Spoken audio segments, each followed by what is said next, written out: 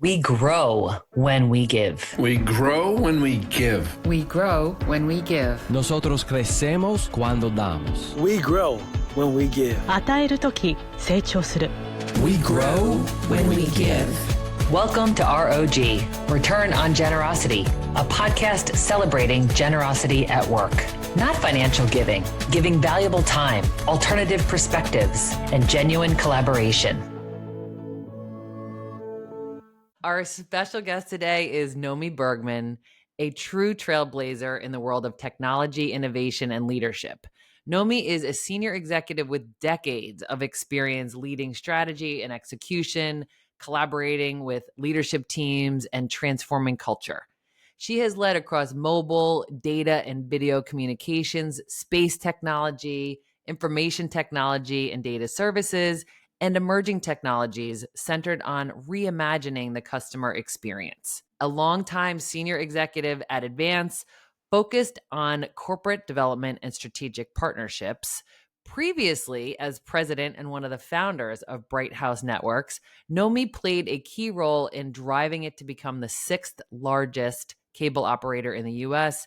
with over $4 billion in annual revenue. Nomi has public and private board experience. She was inducted into the Broadcasting and Cable Hall of Fame in 2022.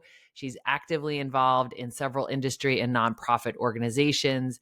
And beyond all of her professional accomplishments, Nomi values her role as a mother of 3 daughters and a partner to her husband. She invests in her friendships, partnerships, health, and wellness. We're going to hear about some of that today. Truly a bright light, which is what I appreciate most about you. So I can welcome you back. You are consistently and wonderfully warm, kind, welcoming, and generous as a leader and a friend. Welcome to ROG. Thank you so much, Shannon. Great to be here. Great to see you and hear you. Great to see you too. I've been so looking forward to this. So for our listeners' benefit, can you give us a little bit of your background? Like, where were you raised? Tell us a little bit about little Nomi. Sure. Oh, thank you, Shannon. I won't tell you the whole thing, but one fun piece is that I was born in Birmingham, Alabama. So I love that I'm officially a Southerner. I lived in Charlotte for 10 years, and I think that that was very helpful to be a legitimate Southerner when I was living in Charlotte. Yeah.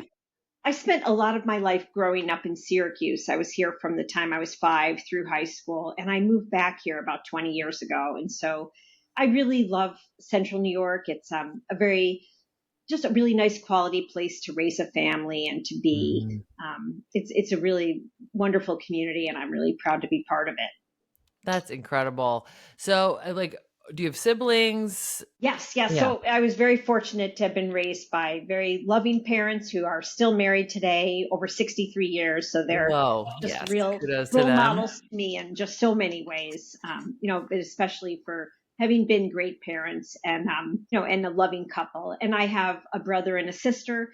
Many people listening to the podcast may know my brother because I worked very closely with him. And he and I have a really special partnership because we have just really deep respect and love for each other. And then I also have a terrific sister who lives in Bethesda, Maryland. She was a teacher and not in the business, and always thinks that we're all crazy, But anyhow, I have one of each, and they're really terrific. Oh, that's wonderful. Thank you so much for that. So something that you have shared with me about your growing up is that, you were extraordinary in things like math. You didn't say that, but you were. But you talked about just the challenges of athleticism, and you said I couldn't even catch a ball. But now you're into endurance sports, and that's your happy place. So what did you learn about being persistent and having self-belief in that transformation? Yeah, thanks, Shannon. It's true. I was not in any sports growing up. The only team I was ever on was the math team, which was fantastic. But I do regret not having had a sporting experience as a kid. I just thought they were out of reach for me. I didn't think that I could do it. I can remember being in tears, holding a softball bat and trying to hit the softball and not coming anywhere near it. So that was my memory of athletics as a kid. But, my parents, I think, pushed until I found something I could do. And really pushed me to learn how to swim, and it was very painful. And I ended up, eventually becoming like a lifeguard. And, now I can do distance open water swimming. And that's crazy for a kid who I was very late to learn how to swim. All I could do was bob. And yeah, so if honestly, if I can do some of these things, I truly believe anybody can, because they really were out of reach for me as a kid. Yeah. Yeah. They felt scary, and you just decided to confront it and deal with it. And like, do you think about that sometimes when you're dealing with other scary things? Like, come on, I learned how to swim and became a lifeguard. I do. They really have been a metaphor for my life, that, that I've learned to run and swim and bike and hike. I've hiked, after Bright House, I hiked Kilimanjaro. And I really feel like, I do feel like these things are a metaphor for life. I think that whenever I'm tackling something difficult at work or personally, I think about, that if I can either just practice, I can get better at it, or that I can like make it through a tough moment. Yeah, they really do give me a lot of resilience. I also strength train too. I think all of those things, that if you keep your body strong, I think it gives you strength for everyday life. Without a doubt. It's so important, especially like in stressful senior roles. Like, there's so much pressure on you. So you need an outlet, like a productive, healthy outlet, I think, to counterbalance and just to kind of get your head straight and all of that. So I love that you have invested in those things and that you're staying healthy. So you shared with me that you've seen generosity in action through a lot of different ways. Like, one of them that really stood out for me was when you told me about like people protecting one another's egos while still delivering tough feedback. Like, that's like a nice balance. Can you share what that looks like, and how can people do more of that? Yeah. And I have lots of memories of this, but one in particular that really taught me about the value of feedback was in my kind of like the midpoint of my career. I was in Charlotte, North Carolina in an operations role, and we brought in some consultants that they worked with us to help us to like review all of our workflow and really reimagine how we could make it better. And they didn't just come in and do that for us. They taught us how to do it, and they sat beside us every day, and they were courageous enough to give us advice about everything we did, like even to when I would walk in a room to sit in a meeting, maybe I would sit in the back or sit in the corner, and they would make me sit next to like the leader, because they would encourage me to have casual conversation with the leader, like during the meeting, that you could pass a note back and forth or whisper something to each other, and how that built my relationship with that person. So really they gave me hands-on advice in my everyday work environment during that time. And I saw for myself how valuable that was. And so I've always tried to do that with people that I work with. And I tell them that I'm going to do that, that's going to be my gift to them. And I hope they'll do the same with me, that if they see something I could do better, that we share that. And I think it builds trust. I think it builds strength, strength on the team, and it really helps people improve. I think like the best way to learn is right when you're doing something. And can you I love how nuanced that is too. Like, some of it's significant, like where to sit, and like some of it is even like how you're saying things or how you're preparing things. Can you think of a piece of advice that they gave you that's changed how you lead? Oh, I have a huge one. This actually came from those very consultants. And certainly I've learned other advice from other people in life too, but they taught me, and this is one of my favorite pieces of advice. They taught me that you should share your likes before your concerns. And while that sounds really obvious and we all think, yes, I do that, when you listen to people, we actually don't do it. People are very quick to, like, say you were in a meeting and somebody shared an idea, somebody else is very quick to say, oh no, that won't work, and then blurt out why it wouldn't work. Whereas if they first share what worked about the idea and what they like, and then they build on it to make it better, it makes that first person feel like you're on their team. incredible. It's magical. And so I tell myself that every day. And I use it in my personal life. I use it, in my work life. And I really think like we all think we do it all the time. Mm-hmm. Kind of just like if somebody says you need to hydrate more, we all think we hydrate more, but it's often only when we're like going on a big hike that we remember to bring on a lot of water. You don't do it every day. And it's the same thing with this advice. So It's my favorite advice ever. This likes before concern. Is great. It's very magical. I bet. And once that's out there, it's like, to me, it's like a team agreement where we've said that we're going to behave this way. So going forward, when you're interacting as a group, if somebody's just immediately shooting down an idea, it's like, wait a second, we're going to talk about what we like. Exactly. Right? Exactly. Just to get the muscle built, right? Because I think that's like you said, we all think we're doing it, but we're probably not. Exactly. And I love what you said. It is a muscle. That's exactly it. And it becomes more natural as you exercise it. Yeah. Yes. Yeah. Oh my gosh, that's incredible. And I'm just thinking about you as a mentor. You've been a mentor for God knows how many people. But in the programs that I've had the opportunity to participate in with you, I can see that style in there. Is like, you're really looking for ways to help them refine their craft of leadership and how to be better and like how to own their strengths. So I appreciate your saying like it's in all facets of your life that you can give this way. Exactly. Yeah. That likes before concern works really well at home. Like when my kids would give me a paper and say, "Hey, Mom, will you look at this and give me your thoughts?" If instead of just passing it back with red marks, if you share what you like about it first, then again, my daughter would think like, "Oh, she's in my corner." Yes. Yeah, absolutely. Yeah. So tell us about when you were at Bright House, there was this Hello Friend campaign with an internal Just Say Yes initiative. Like, tell us a little bit about that and what that taught you about connection and culture. This was one of my very favorite. It was kind of those are like two different efforts, but tied together really well at Bright House. And they were one of my favorite times.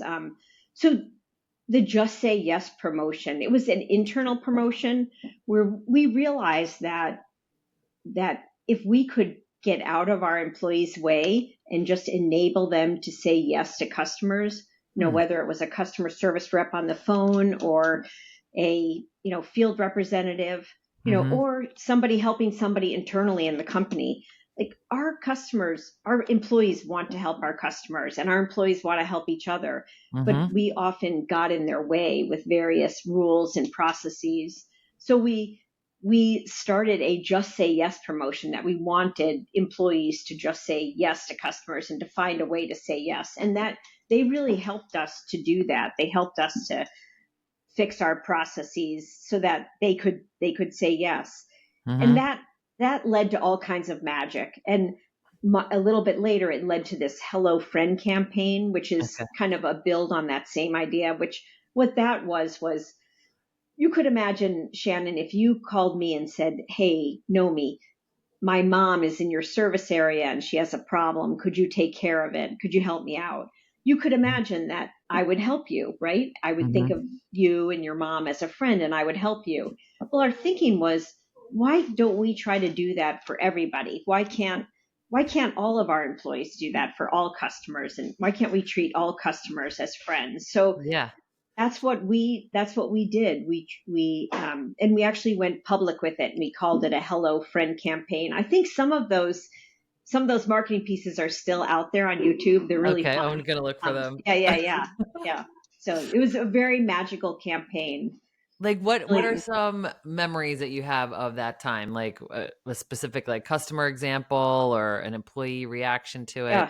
Yes, I can. I remember many, but one in particular was I remember a time when a customer called because I think they had like a paper due or a test or something like that. It was some kind of an educational project and their broadband was out.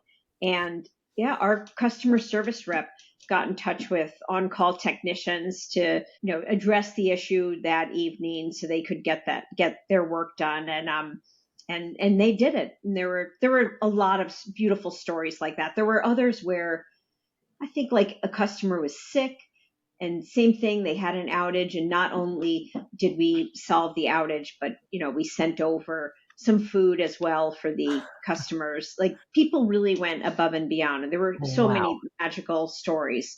It was Oh my really gosh. special. It's bet, incredible, right? How I think it's just your employees really are passionate about taking care of customers, and if you can just let them do that, like, they're going to love their job. Your customers are going to be happy. There's so much. Yeah. Like that ripple effect. And like before, you were saying, like, we just have to help them get things out of their way. Sometimes there's like bureaucracy or administrivia or some kind of process that's just bogging down the employee and feeling like a barrier to them being that generous. So you're saying, like, we just needed to figure out, how do we reduce the frustrations that they might be experiencing, right? Exactly. And I see it in businesses everywhere, right? We see it everywhere, from coffee shops to grocery stores to hospitals to medical care facilities. Everybody wants to do the right thing. They want to service each other. They want to show up well for each other. And just often, poor processes get in the way, or, things like that. Yeah. Do you have advice for any of our listeners who are like, yes, I resonate with this, but I don't work for a leader who wants my opinion and, doesn't really care or seem to care about all of these barriers? Like, how might they make the leadership aware of some of the things that are preventing them from being more generous with their customers or even their own employees? Right. I do like to always assume positive intent and assume that the leadership would like to do that. And so I think finding ways to let them know that you want to show up well for them, and finding ways in your own little nook to start to make some of those positive moves happen. And I do think those things spread over time. So I'd like to think that every organization can be turned around like that, but certainly there are some times where it's more difficult. But I do often tell myself that kind of mantra of assuming positive intent, and that there's often a more challenging reason why somebody's not showing up the way you want them to, and they actually really want to, and usually you can ignite like those positive feelings, right? Can you think of an example of a time when that happened in your career? Yeah, I will. I'll share an example of a time when I did something wrong. So it was a meeting at Bright House among a bunch of engineers, and somebody shared an idea, and I shut it down. And that night, of course, all I could think about was how awful I had been, right? And I was beating myself up, and we'll talk about that in a moment, throughout the night about it. And so I think like that was a time when I think I didn't, mean that, right? So I'm sure that person could have taken that terribly. And of course I didn't mean that. I think I was just in a rush. But then on my end, on the end of, I think a lot of women then, if they recognize they did something wrong, they beat themselves up, and and you go down this downward slide, right? Like where, and you like eat a pint of ice cream that night because you feel so crappy. And then you wake up the next morning and you feel crappy. The worst. And it like just keeps going, right? And so what I've learned to do is now when I make an error like that and I know it, I try to take some kind of corrective action right then. So actually with that example, I wrote to all the people who attended that meeting, and I apologized, and I invited the person that I had not given a chance to completely share his idea, and I made space for that. And so I feel like I taught myself a lesson, so that hopefully will help me be better the next time. And I stopped that round of rumination, and beating myself up. I stopped it from occurring. And so that's a big lesson I've learned about like how to improve myself and how to stop that rumination, how to take action, how to learn lessons, but I think there is a lesson also on the other side that, if this happened to somebody else, for the person who was wronged, to try to assume positive intent that maybe that person didn't mean that, and there maybe is room for looking for corrective action. For sure. Because sometimes they have pressure on them that you don't know about, or they have restrictions, like they know that they can't allow certain things, or they're just aware of context that the rest of the group may not have. So I think that assuming positive intent is a really safe thing to do. Just curious about that person. Did he feel like you wronged him? Like, did he agree that that was something that you needed to correct? Because I think sometimes too, like I'll assume that I offended someone, or and then sometimes they're like, what are you talking about? Exactly. Yeah, I think there was a bit of that. I don't think he took it as seriously as I did. Yeah. Right. I took it more seriously. I think sometimes when you're like, you really aim to be generous and you think that there was a moment you weren't, I don't know. Exactly. I think he was probably a little bit like, no big deal, Nomi. Yeah. Definitely. Yeah, there's a lesson in that too, right? Yeah, definitely. So you have built a web of collaboration and friends by being kind and supportive. And I don't think you do. I know you don't do it because there's an ROG, like there's a return on that generosity. But the fact is that there is. So when did you recognize there are benefits in being this way? Like, how have you realized the ROG in your own career? Yeah. I think I first found it kind of early in my career.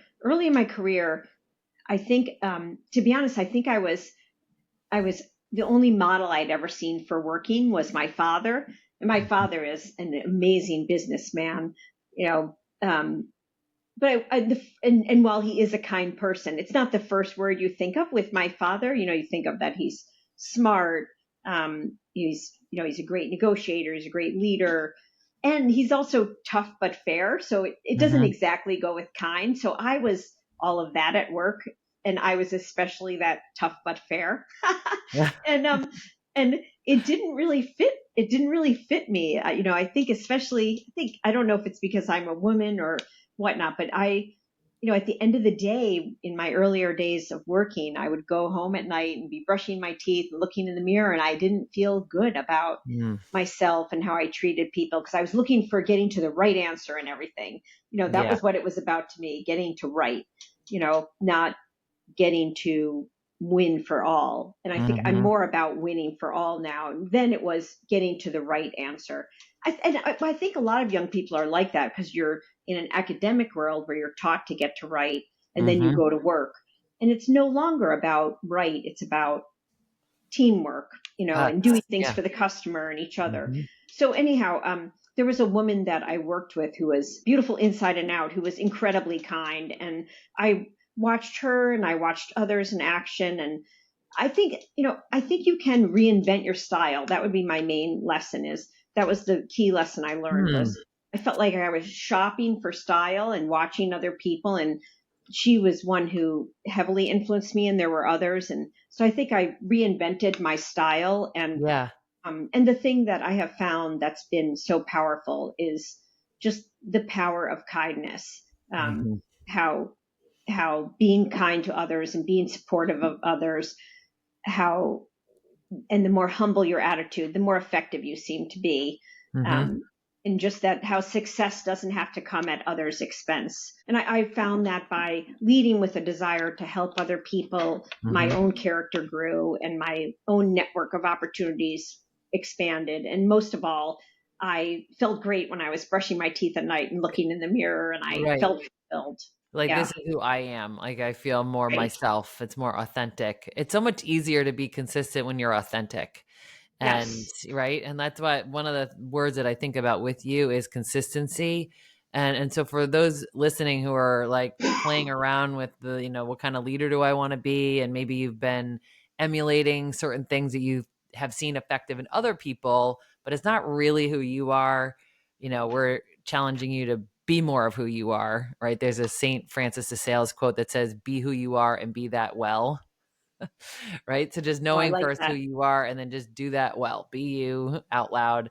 And I love that you were self-reflective, and it just felt like you kind of trusted that this felt wrong and I needed to make an adjustment. Exactly. Yeah. So you've shared with me a beautiful quote from Aldous Huxley, who said, "It's a little embarrassing that after 45 years of research and study, the best advice that I can give to people is to be a little kinder to each other." What would you say to someone who worries that kindness might be mistaken for weakness? Oh, I think that's such an interesting question. And certainly I feel like there have been a lot of people who've looked at me that way over the years, who've thought that my kindness was weakness. But I actually think the opposite. I actually think it's harder to be kind than it is to be clever. Mm, I think by being kind, you also earn trust and you develop your reputation. And I think mm, by being kind, you're looking for the win-win. And so I think it's often the harder path. And I think it ignites everyone around you. It empowers your employees to feel good about their work. It excites your customers. So I think it's a real win-win and not a weakness at all. And mm-hmm, I do think that, yeah, I think that by still having the courage to stand up for what's right, or we were talking earlier about feedback, to have the courage to share feedback with employees. mm-hmm, Those are all signs that you're not being weak, mm. but that you're looking for really the win-win. Yeah. Absolutely.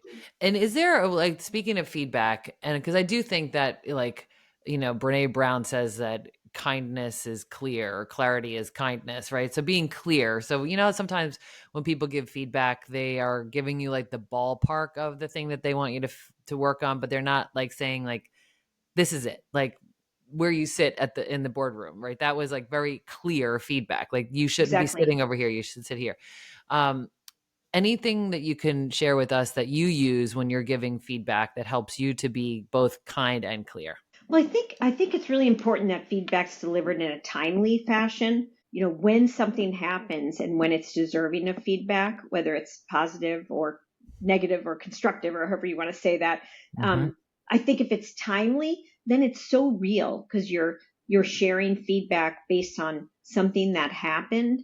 Yeah. Um, so you can learn from that very real thing. And Mm-hmm. just like in athletics, if I'm trying to improve my swim stroke, it really helps if I'm thinking really specifically about my swim stroke and how I can make it better. And it's the same in business, that we have to share very real feedback based on what happened. And then I see things like whether you do a quarterly review or an annual review or whatever that is, it's your Mm-hmm. chance to wrap up all the feedback of that time period and put a bow on it and Yeah. reflect on it. So I actually think the more important feedback's the really timely feedback.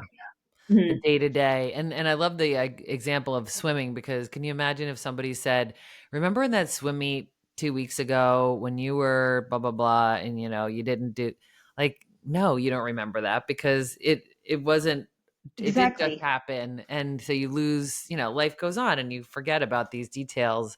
So I think the Exactly. sooner you can do that. And I think that's a good call to action too, because I also think that the more we think about it, the more we psych ourselves out. And then you think, I'll catch it next time. We give ourselves a pass. So if we're saying, I want to give feedback to be helpful and kind and clear in a timely manner, it does force us to deliver it more frequently. Exactly. Also, compare it to swimming. With swimming, you can only really think about one thing at a time that you want to change about your swim stroke, or at least Yeah. that's all I can think about. Mm. I can only think about one thing and Yep. then adopt that, and then I can think about another thing. And I think it's Yes. the same for feedback at business. So sharing 5 things at the end of the year is not very helpful, No, right? and it's like deflating, right? Because you think, okay, you have to fix this and fix this, and then you're like, oh my gosh. And then you think, well, why didn't you Exactly. tell me? Like, Exactly. oh, now I'm embarrassed. So one of the other things that I admire about you is you're not self-promotional. You're very humble, and curious to get your advice for others who also lead with humility and think well, people say that I should, grandstand or promote myself, but I don't really feel like that's authentic to me. Like, what advice could you give? Well, I do think we all have to be authentic to ourselves, like who we are. That's the only way we're going to be comfortable as a leader. But I do find that I do especially love humility as a leadership characteristic. Mm-hmm. Um, I think it both makes people around you more comfortable, and then it also enables the leader to ask all the questions they might have. I think as a leader, we don't have the answers, and if you are humble, then you're going to feel very comfortable with asking the questions you should ask. And actually, an example of beautiful humility that I had the honor of seeing was while I was on the Comcast board, I got to see Brian Roberts in action and how humble he was with his board in really asking his board for advice and being, being very vulnerable and letting them know, where he was really seeking their help and counsel and in a really beautiful way, instead of showing up and trying to sell us all that everything's perfect. Instead he looked at the board as his partners. And so I think by being a humble leader, you're looking at your colleagues as your partners. And I think that's just, it makes everybody so much more excited to be there. Yes. And it really enables people to be generous with you. I think a board is designed to help an organization and the leaders of that organization make great decisions. And so if they approach it as like, here's all the things that we already do well, thanks for coming, you're not giving them a shot. And, so like, even like as a coach, if I am working with somebody who really just spends the time telling me why they don't need a coach, then it's really just not a good investment of anybody's time and energy, right? Because we all have something that we can improve. Everybody, every organization, every human being, every team. So I think it's just allowing the people to use their strengths and like use the purpose of the relationship in a way that benefits everyone, right? So exactly. isn't it curious? So sometimes we don't do that. I love that comparison to being a coach. I really do. Because as a coach, you have this gift where you have the outside view of the person. And so you definitely have gifts of what you can share with them because you're getting this objective outside view, and what a gift that is to the other person. Right. It's generous to be humble. And I think the humility is a major ingredient in curiosity, which I think is a major ingredient in innovation. So, you can see like how all of these things are critical for any organization to thrive, any human being to thrive. And I think it's such an important thing that you're calling out. So this is your first podcast. What made you say yes? And what would you say to someone who might be hesitating to share their voice? No, it's true. I've always just declined or pushed aside any other chance to be on a podcast, but I just adore you and love your mission and what you're doing. And I listened to several of your other podcasts over the years, and I really love them. And so I think you caught me at a weak moment when you asked me, and I thought, sure, I'll try that. And then of course I many times almost wrote you and said, oh, I didn't mean that. I mean to cancel. But no, I mean, you make it easy, Shannon. Well, thank wonderful. you. And I love what you're doing with your podcast. Thank you. Thank you. Yeah, because it really is intended to give people a little boost of positivity and a breath of fresh air, and to hear from leaders who really care. Because I think sometimes we get jaded by some of the things that we read in the media or from our own career experiences. So I appreciate your willingness, because you're always somebody who comes to my mind when I think of generous leader. So thank you for saying yes. But what would you say to someone who is hesitating to share their voice, not necessarily on ROG, but in general? Oh, I definitely think we all have something to share. Everybody has something to share. I can always learn something from anyone. So I would definitely say just remembering that we all have something special to share. I love hearing people's life stories. It's just one of my favorite things, whether it's reading a biography or hearing a podcast or being at an awards dinner and hearing somebody's story. I just find it very inspiring to hear people's stories. Me too. Me too. And the place that I would say I don't want to say hate, but don't love hearing their stories the most is at a funeral. Because sometimes I hear these things about these people and I think, how did I not know that? And then I just feel like this regret of like, why didn't I know this person better? So like, don't wait, right? Don't wait till it's too late. Like, get out there and share your story, share your voice. Like, we all have something to share because, it's how you see the world. And that's different than how I see the world. And we can benefit from learning from that. All right. So rapid fire questions, Nomi. This is like hot seat time. Are you ready? Okay. Yep. I'll try. Okay. All right. One word that your friends would use to describe you. I would probably think that would be kind. Yeah. Yeah, totally. Yeah. A song that always gets you moving. Oh, that's a funny one. My ringtone is a song called Happy Now, which I love, but a song that really gets me moving, I used to dance around the kitchen with my kids to it, is It's Raining Men. Oh, that's a crowd pleaser. Great one. Yeah. So Happy Now, it's called? Yep. It's really fun. Oh, I can't wait to look it up. What about a book that you've gifted the most? Oh, wow. There's definitely a few. One of them is, just because I've spoken to a lot of women's groups, is a book called Women Who Think Too Much, which talks about, the dangers of rumination, which we were just talking about earlier. I do love all of Simon Sinek's books, but in particular, The Infinite Game. I love that one. For parenting, I love Penelope Leach. She's amazing. And then a book I read with all of my daughters is Pollyanna, which I think is a really beautiful story, very powerful. Yeah. What's the key takeaway from Pollyanna, would you say? Just that it's hard work to figure out how you can be glad about. She plays a glad game. Where she and others, whoever she's kind of competing with in this game, how can they be glad about whatever it is that they're facing as a challenge?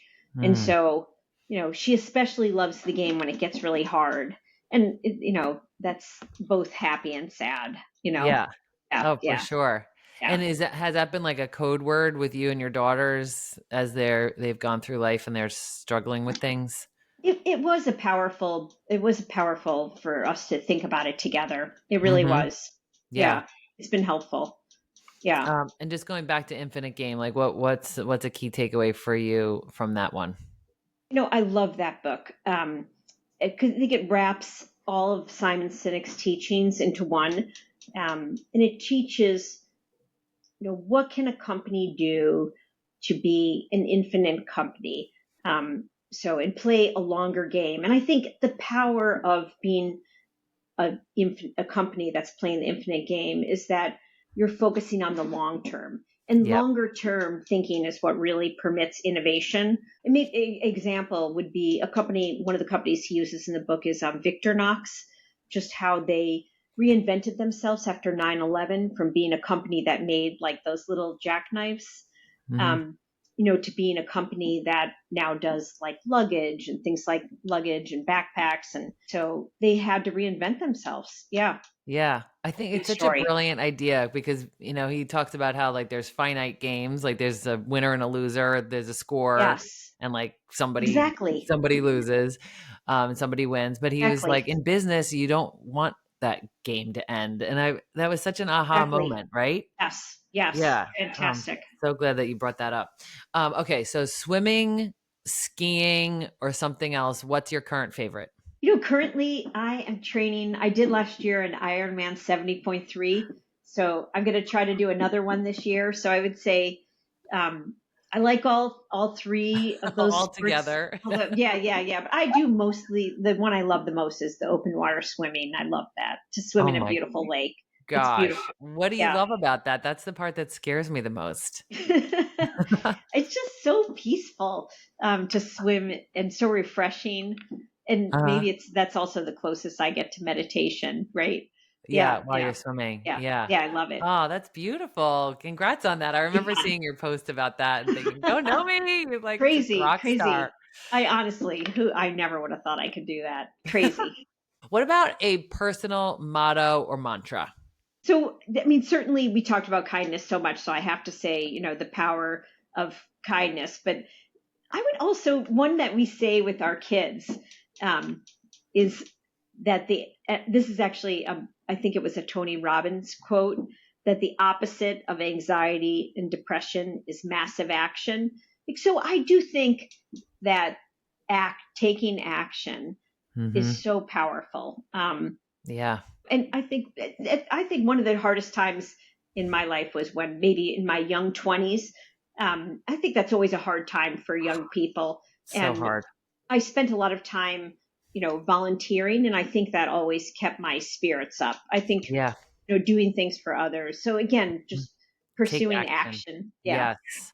Right. Because it's like inertia, right? If we're not doing anything, then we just stay not doing something. But if you're in action, just kind of keeps things going. I love that. Such good advice. Leadership pet peeve. It's probably a poor attitude. I think I probably most of all hire for a good, positive outlook and positive attitude, a can-do attitude. So people who have the opposite of that's harder for me. As long as somebody's trying, we can get really far together. You can work a lot out. Yeah, for sure. Yeah. Special moment with your girls. I would say two things there. One, when my kids were younger, I tried every year to take, not really when they were younger, really all the way up until through college. I tried to always take a weekend away with each daughter and, do something of their choice. Yeah. Sometimes we would even go camping or hiking. And that was really special to have one-on-one time with them. It gets a little harder as they get older and get busy with their lives, but I think those times are really special. I've also always attended Adaptive Spirit with one of my daughters, and that was actually one of their choices of a weekend away. And that's a fantastic industry event. Oh, I've never heard of that. Inspiring. Yeah, it's the cable industry fundraiser for the U.S. Paralympic ski and snowboard team. Oh, yes. It's a fantastic event. Really, really inspiring. Voices. Oh my gosh, that's incredible. Yeah, it's great. What a meaningful thing to do with them. Oh, good advice. So having that one-to-one time with them, just so you can bond and they get that attention from you and you get to indulge in them. 2 more questions and then I'll let you go. Best advice you've ever received? I will share one that my father told me once when I was a teenager. He said, Nomi, life is not a dress rehearsal. And that's, really powerful advice, something I've never forgotten. Yeah. Like just show up and do it. Right. The first time. Right. Yeah. Not live with regret. Yeah. I love that. Yeah, that's so important. Wait. So my last question is one thing that you hope our listeners take away from our conversation. Yeah. I hope they'll take away the power of kindness and the power of positive intent. That it's harder to be kind than clever. So let's look for ways to be kind to each other. Yes. Oh, you do it so well. I deeply appreciate you as a human, as a friend, and thank you so much for being a guest and trusting me with this medium of sharing your voice. I just adore you. Thank you. I adore you, Shannon. Thanks for all you do. Thank you so, so much.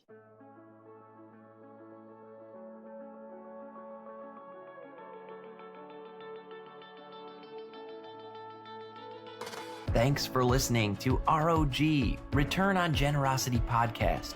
Please help us grow by subscribing and reviewing us on your favorite podcast player. And for more information, visit bridgebetween.com. We grow when we give. 우리는 나누면서 성숙합니다. We grow when we give. On rayonne quand on donne. We grow when we give.